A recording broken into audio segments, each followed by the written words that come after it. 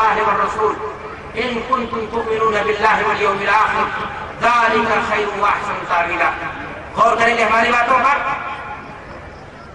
اللہ تعالیٰ قرآن مجید کے اندر ارشاد فرما رہا ہے اے لوگوں جو ایمان لائے ہو اللہ کی اطاعت کرو۔ پہلا حکم یہ ہے کہ ایک مومن ایک مسلمان کو حکم دیا جا رہا ہے کہ اللہ کی اطاعت کرے۔ اللہ کی اطاعت کا مقصود کیا ہے؟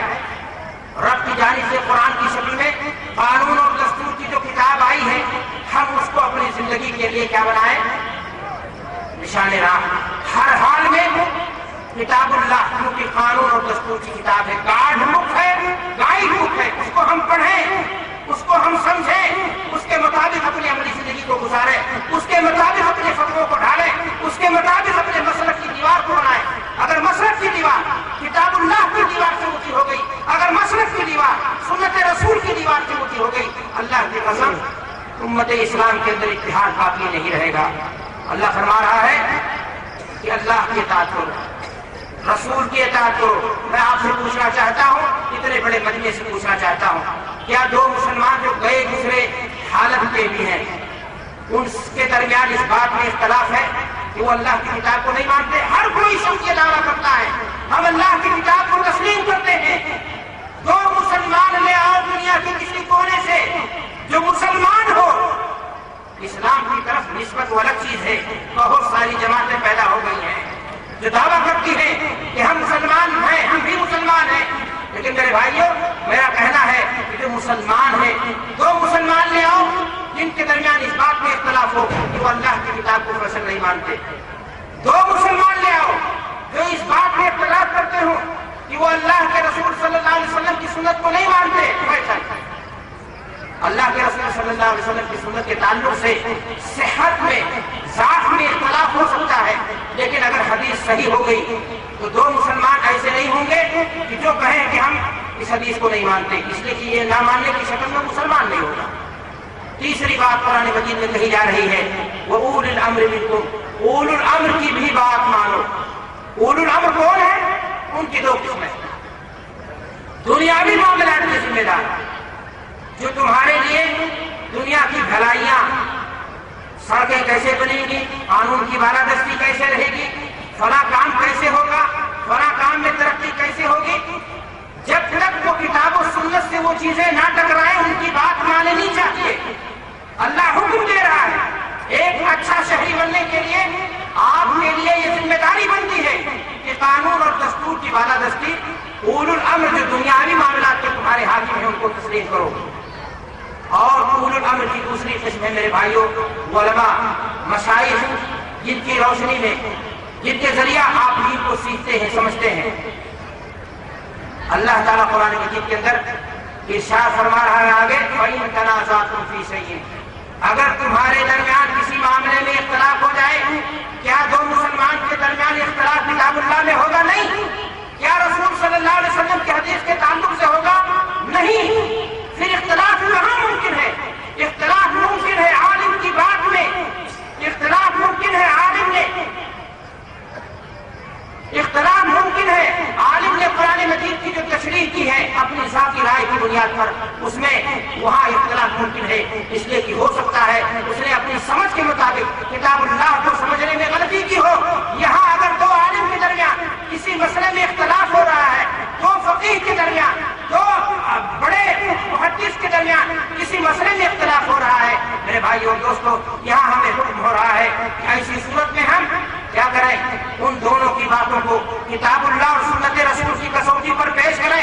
اس کسوٹی پر پیش کرنے کے بعد جس کی بات کتاب اللہ کے مطابق ہے اس کی بات کو مان لیا جائے، اور جس کی بات کتاب اللہ سے مخالف ہے اس کی بات کو چھوڑ دیا جائے۔ میرے بھائیو اور دوستو میں آپ سے کہنا چاہتا ہوں کہ مسلمان کے درمیان اختلاف کا پیدا ہو جانا یہ ممکن ہے، فطرت میں اختلاف ہے، طبیعت میں اختلاف ہے، لیکن اگر مسلمان ہے تو اختلاف باقی نہیں رہنا چاہیے۔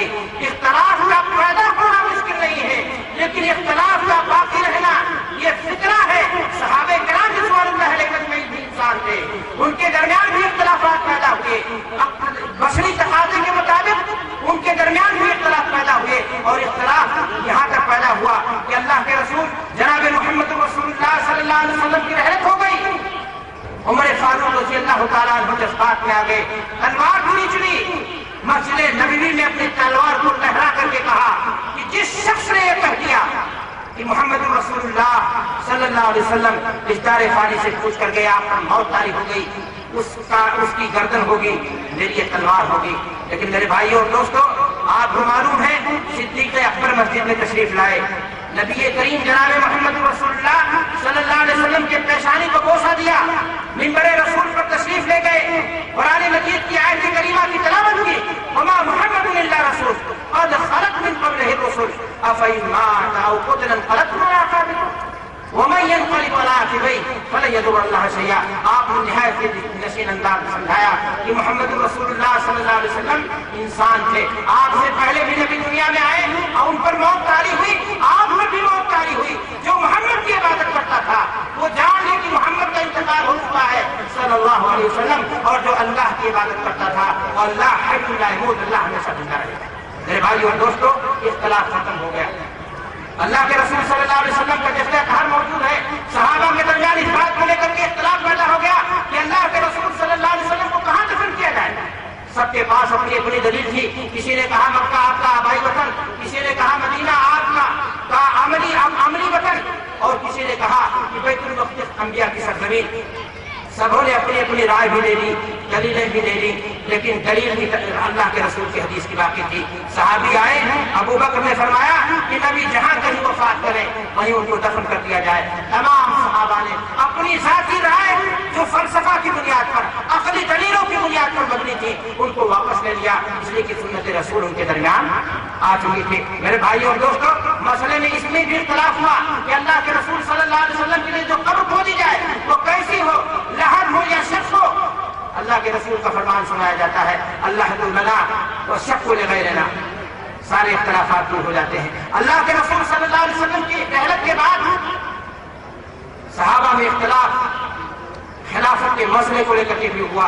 अंसार चाहते थे हमारे दरमियान से खलीफा हो जाए, मुहाजिरीन चाहते थे हमारे दरमियान से खलीफा हो जाए, लेकिन रसूल सल्लल्लाहु अलैहि वसल्लम की हदीस उनके दरमियान फैसल हो गई, अलैमतुल मिन कुरैश।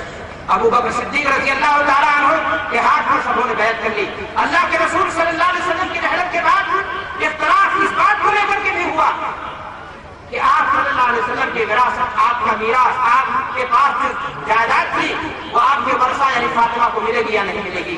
दामाद रसूल हजरत अली नाराज थे, दुख्तर रसूल फातिमा नाराज हो गई, लेकिन अबू बकर सिद्दीक ने कहा कि फातिमा तुम इस्लाम की बेटी हो, रसूल की बेटी हो, तुम्हारी इज्जत व एहतराम, अदब व एहतराम हमारा फर्ज है, कर्तव्य है, लेकिन तुम्हारे बाप की हदीस है, ला नूर मां तरकना हो सदका, अंबिया की जायदाद उम्मत के लिए होती है, बैतुल माल में जाएगा, हम तुम्हारे लिए बंदोबस्त कुछ और कर देंगे। मुख्तसर कहने का ये मेरे भाई और दोस्तों, इख्तिलाफ सहाबा के दरमियान भी हुआ, इख्तिलाफ आज भी पैदा होता है, लेकिन उनके दरमियान इख्तिलाफात खत्म हो गए, हमारे दरमियान इख्तिलाफ मजीद से मजीद तर हो जाते हैं। अब की आज मैं अगर कहूँ कि उम्मत इस्लाम अगर किसी बात पर मुत्तफिक है तो वो इसी बात पर कि हम एक साथ नहीं हो सकते। इत्तेहाद के दरमियान नामुमकिन सा नजर आ रहा है, लेकिन मेरे भाइयों और दोस्तों, इत्तेहाद मुमकिन है अगर हमने आज भी किताबुल्लाह और सुन्नत रसूल को बालादस्ती दे दी, अपने ज़मीर को, अपनी फीलिंग को, अपनी सोच को, अपने शौक को, अपने समाज को, अपने मसलक को, अपने मजहब को और उनकी बुनियादों पर बनाई हुई दीवारों को नाप का मसला न बनाए, बल्कि दीन का मसला बना करके किताबुल्लाह और सुन्नत रसूल की रोशनी में उसको हल करने की कोशिश करें। अल्लाह से दुआ है कि परवरदिगार आलम हमें दीन की सही समझ अता फरमाए और किताब और सुन्नत से हमें मोहब्बत की तौफीक अता फरमाए।